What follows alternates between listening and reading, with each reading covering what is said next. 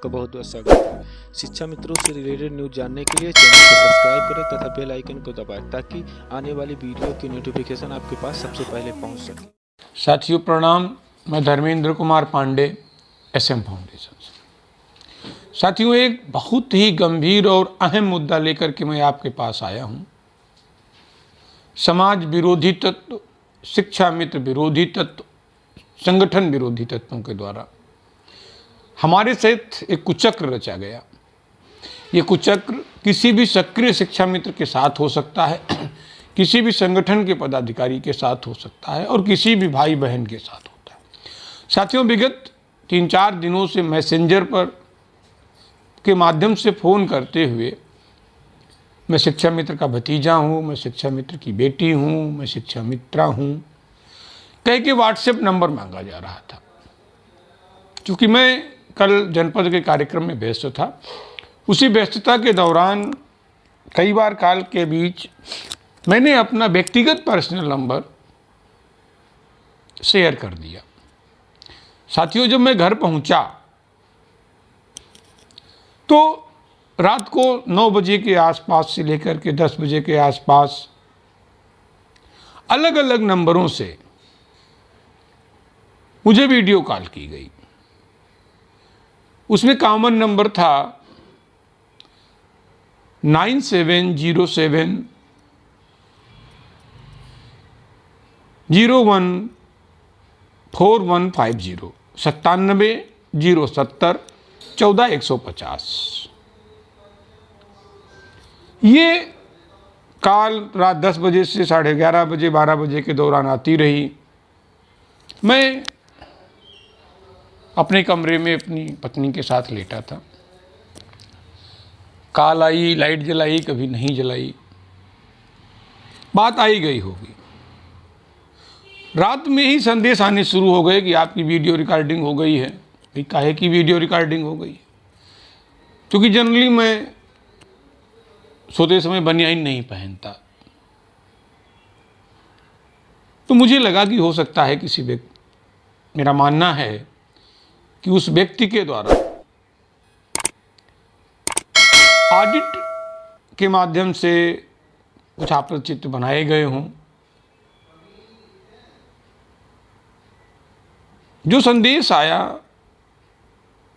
वो 93 94 51 86 43 mobile number से आया। ये भी कॉल लगभग 11:30 पौने 12 बजे के आसपास आई रात में। सुबह जब मैं उठा तो मैं इस पूरे प्रकरण को भूल चुका था। मेरे रिश्ते के बाबा जी का देहावसान होने के कारण मैं सुबह इस चीज़ को पुलिस प्रशासन को बता नहीं सका। मैं उनका दाह संस्कार करा ही रहा था कि इसी बीच में मेरे नंबर पर 76 38 86 63 40 नंबर से साइबर सेल के नाम से एक फ़ोन आता है और वो हमसे कहता है वो यूट्यूबर से बात करिए, नहीं आपका वीडियो वायरल हो जाएगा। मुझे बड़ा आश्चर्य हुआ कि भाई कौन सा वीडियो वायरल हो जाएगा। मेरा कोई भाई वीडियो तो था नहीं कहीं किसी के पास। फिर मैंने अपने जनपद के जो हमारे अपने सलाहकार थे उनसे पूछा तो लोगों ने बताया कि ये जो हैकर्स होते हैं ये वीडियो एडिट कर देते हैं। लेकिन जब उस आदमी ने ये कहा कि आपके पास, फिर उसने दूसरा नंबर चेंज किया और जो यूट्यूबर का उसने नंबर बताया उसका नंबर है 81 44 81 64 13 कि इस पर बात करिए और वो जो कहते हैं वो कर दीजिए, अन्यथा आप फंस जाएंगे। लेकिन एक बात ध्यान रखिएगा कि अगर कोई गौरव मल्होत्रा जी हैं पुलिस विभाग में, उनका अगर कोई फ़ोन आता है तो आप उनका फ़ोन मत उठाइएगा। अब चूंकि फ़ोन में वैसे भी नहीं उठा सकता था क्योंकि अपने बाबा जी के दाह संस्कार में था, रिश्ते के बाबा जी के दाह संस्कार में। खैर, उसी बीच में 2:25 के पास 84 74 00 8902 नंबर से मुझ पर फ़ोन आया, जो कि ट्रू कॉलर पर जब मैंने सर्च किया कराया उसको तो गौरव मल्होत्रा जी के नाम से आया और उसमें बड़ा दरोगा जी वाली टोपी वो लगाए हुए थे। थोड़ा सा टेंशन भी हुई मैं अपने जनपद के एलआईयू में बहुत धन्यवाद दूंगा पुलिस विभाग को, एलआईयू को, साइबर सेल को। इस विषम परिस्थितियों में भी शिक्षा मित्र के नाम पर ही सहयोग करने के लिए तत्पर रहते हैं। मैंने दीदी को बताया, वहाँ जो दीदी हमारी इंस्पेक्टर हैं, भैया जिनको मैं कहता हूँ, दरोगा हैं, मैं बंधुवत संबंध है उनको भैया कहता हूँ, सब लोग हंसने लगे और मैं सच मानिए तो मैं रो रहा था, क्योंकि मेरे पास सामाजिक प्रतिष्ठा के अतिरिक्त कुछ भी नहीं है। उस ब्लैकमेलर के द्वारा लगातार पैसे मांगे जा रहे थे और मेरे खाते पर मात्र 1000 रुपये था। और वहाँ सबने मुझे ढाढ़स दिया और बोले कि आप तत्काल प्रभाव से इसका एक प्रार्थना पत्र अपने संबंधित थाने में दें, चूँकि मेरा घर देहात कोतवाली सीतापुर में कमरा आता है, मकान आता है, और घटना भी मेरे किराए के मकान की है जहाँ मैं रहता हूँ। तो मैंने ये प्रार्थना पत्र मनी कोतवाल साहब प्रभारी निरीक्षक जी के वहाँ देहात कोतवाली सीतापुर में जमा कर दिया। उन्होंने हमें एक बात और बताई कि ये रैकेट तो पूरे भारत में है, लेकिन इसे आप केवल साइबर क्राइम समझ के न चलें, बल्कि इसमें आप एक चीज़ और देखें। जो आप लोगों की फेसबुक आईडीज़ हैं उनमें भी इस बात को सर्च करें कि क्या वो आपके जानने वाले लोगों की हैं, क्या आप उन्हें जानते हैं या वो आपको जानते हैं, इसका सत्यापन कर लें।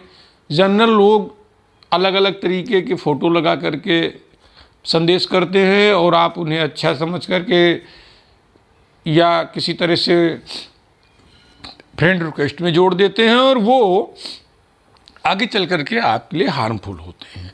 और जब आप, ये चीज़ हम नहीं जानते थे, जब आप उन्हें व्हाट्सएप नंबर देते हैं तो कई ऐसे घुसपैठिए होते हैं जो आपके व्हाट्सएप ग्रुपों में जुड़ जाते हैं।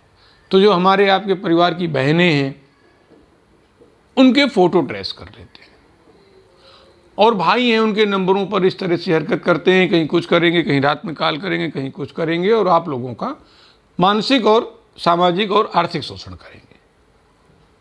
अब मैं, आप सब जानते हैं मुझे,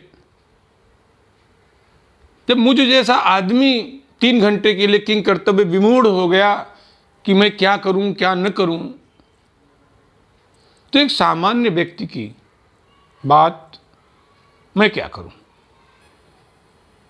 तो मेरा आप लोगों से निवेदन है, जो हमारे शिक्षा मित्र समाज के ग्रुप एडमिन हैं, वो शीघ्रता से शीघ्र